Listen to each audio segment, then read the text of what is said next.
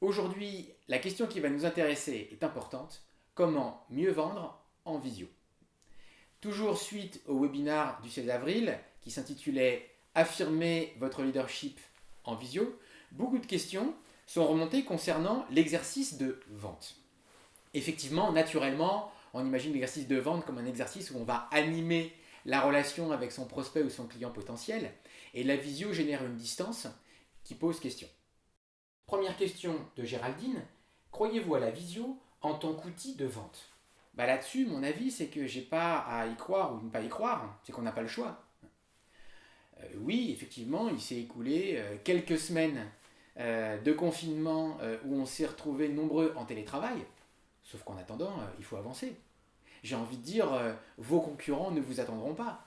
Que vous ayez des idées à faire passer, des projets à faire valider ou une offre à vendre, oui, à un moment donné, il est temps de reprendre contact avec vos prospects et vos clients potentiels.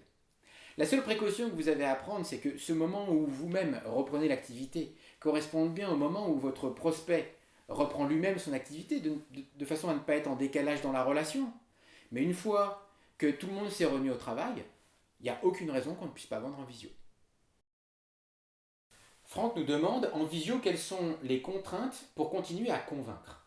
Dans le cadre du UpStory, on parle rarement de convaincre. On a l'habitude de dire que dans convaincre, il y a vaincre, et puis dans tous les cas, c'est pas beau. L'objectif, c'est d'aller chercher l'adhésion. Quand on est en train de s'exprimer, face à un prospect, face à un client, il est quand même beaucoup plus facile de se dire que ma mission est de donner envie d'acheter, plutôt que de me dire ma mission est de vendre. Je me crée une pression qui n'est pas du tout la même.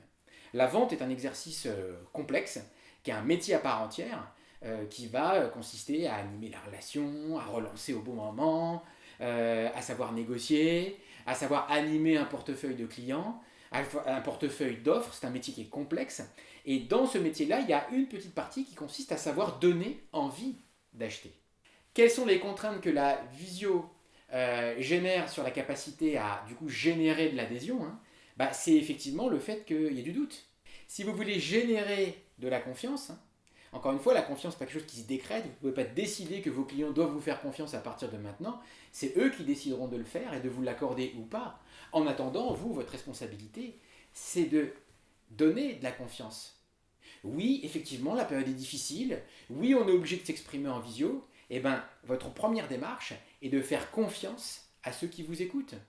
Oui, la relation n'est pas la même, mais j'ai confiance, je sais que mes paroles peuvent vous impacter et je crois en ma capacité de générer et de déclencher le désir d'achat chez vous. Si je suis en train de parler à mon prospect et que ma pensée est « oh là là, il n'y a rien qui va passer parce que de toute façon je ne le vois pas bien, c'est fou, je suis sûr qu'il ne m'entend pas », votre non-verbal va exprimer cette pensée. Et du coup, il va y avoir un décalage entre ce que vous êtes en train de dire et ce que votre corps, votre visage exprime. Ce qui est intéressant pour générer un retour et aller au bout, c'est de ne pas hésiter régulièrement à poser des questions de façon à vérifier ce qui a été compris, ce qui est entendu, et de vérifier effectivement l'envie d'acheter que vous aurez su susciter. Et puis je terminerai avec une question de Bruno qui nous demande « Devons-nous faire peur pour vendre ?» Alors il se trouve que l'être humain a deux moteurs. Il y a deux choses qui peuvent vraiment rapidement nous permettre de déclencher la décision d'action. C'est soit l'opportunité de gagner quelque chose, soit le risque de perdre quelque chose. Alors l'opportunité, ça va être quoi? Ça va être une offre qui se présente maintenant, qui n'était pas possible avant et qui ne sera pas possible après, qui va déclencher l'urgence de choisir.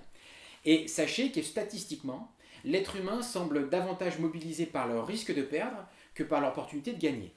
Ce qui donne effectivement et qui déclenche ce réflexe parfois d'en rajouter un peu dans la peur, dans la diabolisation ou dans la dramatisation. Tout ça amène une crainte qu'on nous remonte souvent, c'est de ne pas avoir envie de parler de ce qui ne va pas.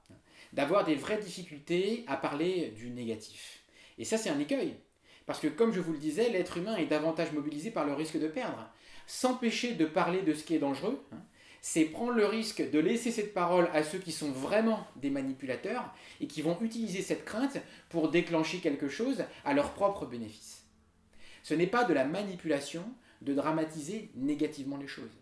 Il n'y a pas de manipulation quand vous prévenez quelqu'un que quelque chose de grave s'annonce, si quelque chose de grave s'annonce. Si effectivement votre intention, c'est la protection de l'autre, au contraire, il faut y aller. Annoncer qu'un concurrent qu'on prenait jusqu'à maintenant à la légère est en train de devenir dangereux, eh bien oui, il y a une urgence absolue de dire attention, tout cela est dangereux. Ça ne veut pas dire qu'à chaque fois qu'un concurrent arrive, vous allez dire attention, l'entreprise risque de disparaître.